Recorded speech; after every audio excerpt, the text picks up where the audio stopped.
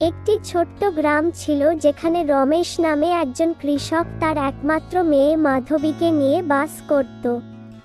মাধবী ছিল খুবই মিষ্টি এবং সবসময় হাসি খুশি, কিন্তু তার মা মারা যাওয়ার পর থেকে সে খুবই একাকী হয়ে পড়েছিল। রমেশ নিজের মেয়ের যত্ন নেওয়ার জন্য পুনরায় বিয়ে করার সিদ্ধান্ত নিলেন। তিনি সুন্দরী ও চতুর এক নারী মীনাকে বিয়ে করলেন, যিনি মাধবীর সৎ মা হলেন।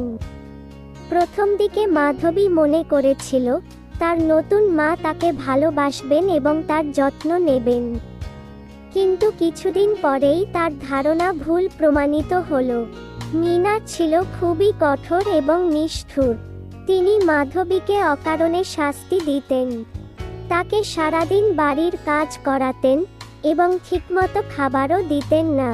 মাধবী ভয়ে সবকিছু সহ্য করত এবং কোনো অভিযোগ করত না, কারণ তার বাবার প্রতি তার গভীর ভালোবাসা ছিল। একদিন মীনা মাধবীকে ঘরের বাইরে পাঠিয়ে দিলেন এবং বললেন, এই তাড়াতাড়ি যা, জঙ্গল থেকে কাঠ কুড়িয়ে নিয়ে আয়, না হলে তোকে আজকে খেতে দেবো নাই বলে দিলাম, তাড়াতাড়ি যা। মাধবী দুঃখিত মন নিয়ে গ্রামের পাশের জঙ্গলে চলে গেল। সেখানে গিয়ে সে একটি পুরনো গাছের নিচে বসে কান্না করতে লাগল। মা, তুমি কোথায় চলে গেলে মা? তার কান্না শব্দ শুনে সেখানে একটি প্রেত হাজির হলো এবং প্রেত জিজ্ঞাসা করলো, কে তুমি? এখানে বসে কাঁদছো? আর কাঁদছো না কেন? তোমার কি সমস্যা, তুমি আমাকে বলতে পারো। আমার তো মানে, তাই আমার বাবা আবার একটা বিয়ে করেছে। আমার সৎমা আমাকে দিয়ে সারাদিন শুধু কাজ করায়, খেতেও দেয় না ঠিক মতো করে। তাই আমাকে আজও জঙ্গলে কাঠ কাটতে পাঠিয়েছে। তাই তুমিই বলো রাক্ষস দাদা, আমি এত কাজ করতে পারি বলো তুমি? এই নাও তোমার কাঠ, আর এটা নিয়ে তুমি বাড়ি যাও। আমি দেখছি তোমার মাকে আমি কি করতে পারি।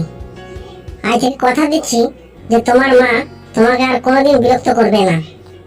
মাধবী ঘরে ফিরে এলো। সে ভাবল হয়তো পেতো কিছুই করবে না, কিন্তু তারপর যা ঘটল তা সত্যিই অবিশ্বাস্য। মীনার জীবন রাতারাতি বদলে গেল। পেত তার ওপর এমন এক অভিশাপ দিল যে মীনা প্রতিটি কাজের পর নিজেই শাস্তি পেতে লাগল।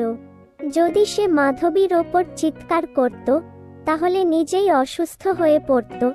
মীনা কিছুদিনের মধ্যে বুঝতে পারল যে তার আচরণ ভুল ছিল এবং মাধবীকে ভালোবাসা ও যত্ন করা উচিত।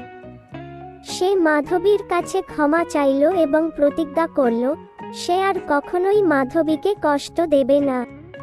মাধবী তার সৎ মাকে ক্ষমা করে দিল এবং দুজন মিলে নতুন করে জীবন শুরু করল।